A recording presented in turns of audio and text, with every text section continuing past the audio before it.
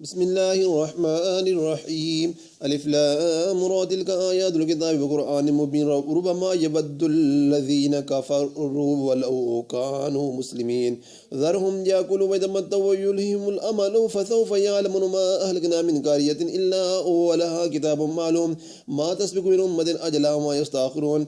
وقالوا يا أيها الذي نزل عليه الذكر إنك لمجنون لو ما تأتينا بالملائكة إن كنت من الصادقين ما ننزل الملائكة إلا بالحق وما كانوا إذا منذرين إنا له نزلنا الذكر وإنا له لحافظون ولقد أرسلنا من قبلك في شيء الأول وما يأتي من رسول الله كانوا به يستهزئون كذلك نسلكه في قلوب المجرمين لا يؤمنون به وقد خلت سنة الأولين ولو فتحنا عليهم بابا من السماء فظلوا فيه يرجون لقالوا إنما سكرت أبصارنا بل نحن قوم مسحورون ولقد جعلنا في السماء بروحا وزيناها للناس وحفظناها من كل شيطان رجيم إلا من استرك السماء فتبعه شهاب مبين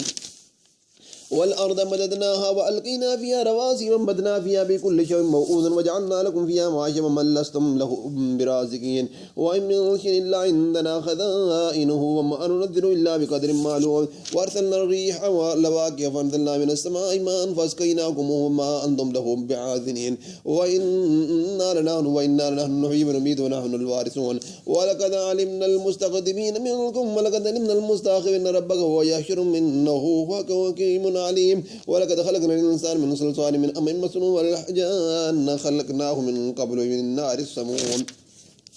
وإذ قال ربك للملائكة إني خالق البشر من صلصال من حمإ مسنون وإذ سويته ونفخت فيه من روحي وقعوا له ساجدين فسجد الملائكة كلهم أجمعون إلا إبليس أبى أن يكون مع الساجدين قال يا إبليس ما لك ألا أن تكون مع الساجدين قال ألم أقل لأسجد لبشر خلقته من صلصال من حمإ مسنون قال فاخرج منها فإنك رجيم وإنك عليك اللعنة إلى يوم الدين قال رب فأنذرني إلى يوم يبعثون قال فإنك منذرني إلى يوم الوقت المعلوم قال ربي بما أغويتني لأزينن لهم بالأرض ولأغوينهم أجمعين إلا عبادك منهم المخلصين قال هذا صراط على مستقيم إن عبادي ليس لك عليهم من سلطان إلا من اتبعك من الغاوين وإن جهنم لموعدهم أجمعين لم على أسباط أبواب لكل باب منهم جزء مقسوم إن المتقين في جنات وعيون يدخلوها بسلام آمن ونزعنا ما في صدور من غل إخوانا وعلى سرر متقابلين لا يمسهم فيها نسب وما هم منها مخرجين نبئين عبادي إني أنا الغفور الرحيم وأن عذابي هو العذاب الأليم ونبئهم عن ضيف إبراهيم وإذ دخلوا عليهم فقالوا سلاما قال إنا منكم منه وجلون قالوا لو تجل إنا نبشرك بغلام عليم على أبشرتموني على مسني الكبر تبشر قالوا بشرناك بالحق فلا تكن من القانتين قال ومن يقنط من رحمة ربه إلا الضال قال فما خطبكم أيها المرسلون قالوا إنا أرسلنا إلى قوم مجرمين إلا آل لوط إنا لمنجوهم أجمعين إلا امرأته قدرناها إنها لمن الغابرين فلما جاء آل لوط المرسلون قال إنكم قوم منكرون قالوا بل جئناك بما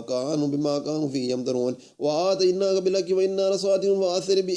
بأهلك بقطع من الليل واتبع أدباركم يلتفت منكم أحد ممضوا حيث تؤمرون وقضينا إليه ذلك الأمر إن دابر لها هؤلاء مقطوع مصبحين وجاء أهلها المدينة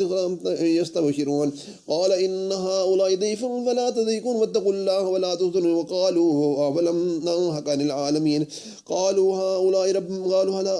هؤلاء بناتي إن كنتم فاعلين لعمرك إنهم لفي سكرتهم يعمهون فأخذتهم الصيحة مشركين فجعلناها عاليها سافلها وامطرنا عليهم حجارة من سجيل إن في ذلك لآيات للمتوسمين وإنها لبسبيل مقيم وإن في ذلك لآية للمؤمنين وإن كان أصحاب الأيكة لظالمين فانتقمنا منهم وإنهما لبإمام مبين ولقد كذبنا أصحاب الحجر المرسلين وآتيناهم آياتنا فكونوا عنها معرضين وكانوا ينحتون من الجبال بيوتا آمنين فأخذتهم الصيحة مصبحين وما أغنى عنهم ما كانوا يكسبون وما خلقنا السماوات والأرض وما بينهما بالحق وإن الساعة لآتية فأصبح السفح الجميل إن ربك هو الخلاق العليم ولقد آتيناك سبعا من المثاني والقرآن العظيم لا تمدن عينيك إلا ما متعنا بأزواجا ومنهم ولا تأذن عليه وافد عنا جناحك للمؤمن وقل إني أنا النذير المبين كما أنزلنا على المقسمين مقتسمين الذين جعلوا القرآن غديدين فبربك لنسألنهم أجمعين عما كانوا يعملون فاصدع بما يؤمرون وأعرض عن المشركين إنا كفيناك المستهزئين الذين يجعلون مع الله إلها